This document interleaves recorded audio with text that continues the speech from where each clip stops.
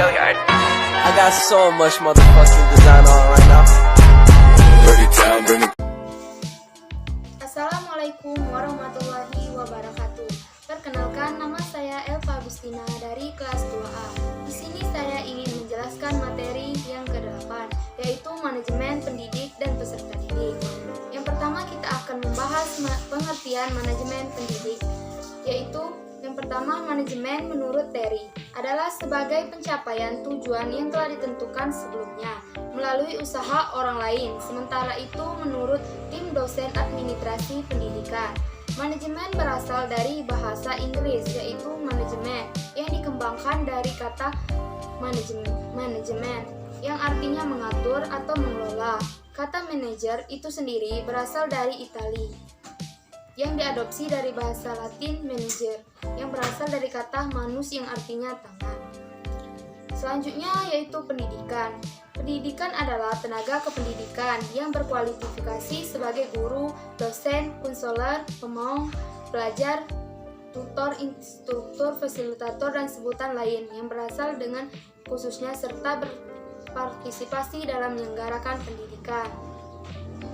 Ubiyati mengemukakan bahwa pendidikan adalah orang dewasa yang bertanggung jawab memberi, membimbing, atau membantu kepada anak didik dalam perkembangan jasmani dan rohaninya agar mencapai kedewasaannya, mampu melaksanakan tugasnya sebagai makhluk Allah, khalifah di permukaan bumi, sebagai makhluk sosial, dan sebagai individu yang sanggup berdiri sendiri. Jadi, dapat disimpulkan bahwa manajemen pendidik merupakan suatu kegiatan merencanakan, mengelola, dan mengorganisasikan, mengkomunikasikan sumber daya pendidik. Pendidik agar dapat berjalan atau melaksanakan tugas dan tanggung jawabnya secara efektif dan efisien dengan maksud tercapainya tujuan pembelajaran atau tujuan pendidikan sebagaimana yang diharapkan. Yang pertama, tugas guru sebagai profesi. Tugas ini menuntut kepada guru untuk mengembangkan potensi profesionalisme diri sesuai perkembangan ilmu, pengetahuan, dan teknologi. Mendidik, mengajar, dan melatih anak didik adalah tugas guru sebagai profesi.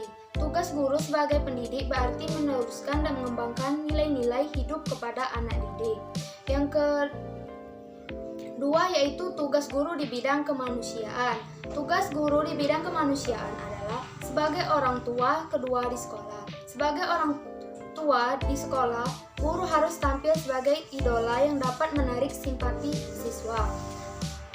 Guru harus dapat memotivasi siswanya untuk secara efektif melakukan kegiatan belajar di kelas maupun di luar kelas, serta secara mandiri di rumah. Yang ketiga, tugas guru di bidang kemasyarakatan. Tugas guru di bidang kemasyarakatan adalah mendidik dan mengajar masyarakat untuk menjadi warga negara yang bertanggung jawab dan menjunjung tinggi nilai moral, sosial maupun keagamaan, dan menjadikan anggota masyarakat sebagai insan pembangun. Masyarakat memerlukan sumbangsi guru dalam menyelesaikan permasalahan-permasalahan yang dihadapi oleh masyarakat. Tugas selanjutnya ada tugas, kewajiban, dan hak pendidik. Tugas pendidik. Tugas pendidik adalah merencanakan dan melaksanakan proses pembelajaran, menilai hasil pembelajaran, melakukan pembimbingan dan pelatihan, serta melakukan penelitian dan pengabdian kepada masyarakat, terutama bagi pendidik pada perguruan tinggi. Kewajiban pendidik. Kewajiban pendidik adalah menciptakan suasana pendidik yang bermakna, menyenangkan, kreatif, dinamis, dan dialogis. Mempunyai komitmen secara profesional untuk meningkatkan mutu pendidikan, memberikan teladan dan menjaga nama baik lembaga, profesi, kedudukan sesuai dengan kepercayaan yang diberikan kepadanya. Hak sebagai pendidik. Hak pendidik adalah penghasilan dan jaminan kesejahteraan sosial yang pantas dan memadai. Yang kedua yaitu penghargaan sesuai dengan tugas dan prestasi kerja. Yang ketiga, pembinaan karir sesuai dengan tuntutan pengembangan kualitas. Yang keempat, perlindungan hukum dan melaksanakan tugas dan hak atas hasil kekayaan intelektual. Yang kelima, kesempatan untuk menggunakan sarana, prasarana, dan fasilitas pendidikan untuk menunjang kelancaran pelaksanaan tugas. Selanjutnya ada peran pendidik. Menurut Supardi, Peran pendidik. Yang pertama ada, baiklah selanjutnya peran sebagai pendidik, yaitu guru sebagai pendidik, guru sebagai pengajar, guru sebagai pembimbing, guru sebagai pelatih, guru sebagai penasehat, guru sebagai model dan teladan, guru sebagai korektor, guru sebagai organisator, guru sebagai motivator, guru sebagai fasilitator, guru sebagai pengelola kelas, guru sebagai mediator, guru sebagai evaluator. Selanjutnya, manajemen peserta didik. Dalam menerima pembelajaran yang diberikan oleh gurunya, peserta didik adalah sosok manusia sebagai individu atau pribadi. Menurut Craig, manajemen peserta didik atau pupil personal administration merupakan suatu layanan yang memusatkan perhatian dan pengaturan, pengawasan dan layanan siswa di kelas dan di luar kelas, seperti pengenalan, pendaftaran, layanan individu, seperti pengembangan keseluruhan kemampuan, minat, kebutuhan sampai ia matang di sekolah. Jadi, manajemen peserta didik adalah suatu penataan atau pengaturan segala aktivitas yang berkaitan dengan peserta didik, yaitu mulai dari masuknya peserta didik sampai dengan keluarnya peserta didik tersebut dari suatu madrasah atau sekolah. Selanjutnya, kita masuk ke langkah-langkah perencanaan peserta didik.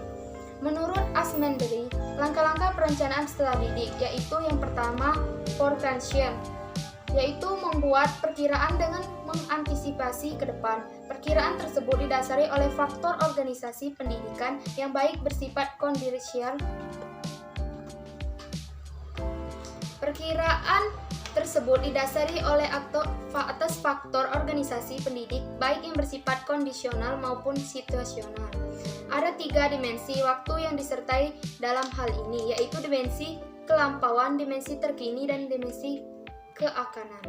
Kedua, objektivitas merupakan perumusan tujuan.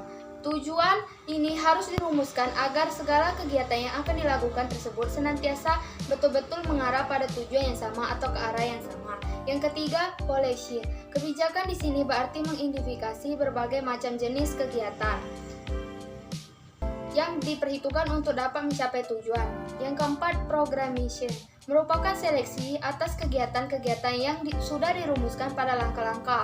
Kegiatan yang telah diidentifikasikan perlu diseleksi agar dapat dicarikan jawaban atau solusinya. Yang kelima, production merupakan merumuskan langkah-langkah secara berurutan.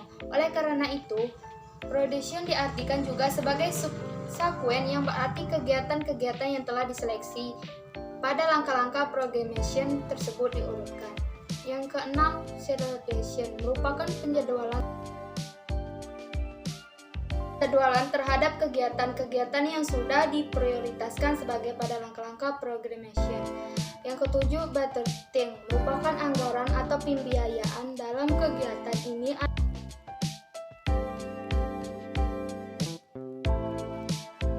Dalam kegiatan ini ada 2 kegiatan yang dilakukan, yaitu yang pertama mengalokasikan anggaran, yang kedua penentuan sumber anggaran.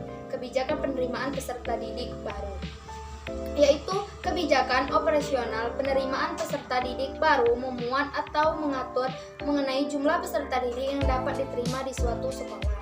Penentuan mengenai jumlah peserta didik juga didasarkan atas kenyataan yang ada di sekolah. Faktor kondisional.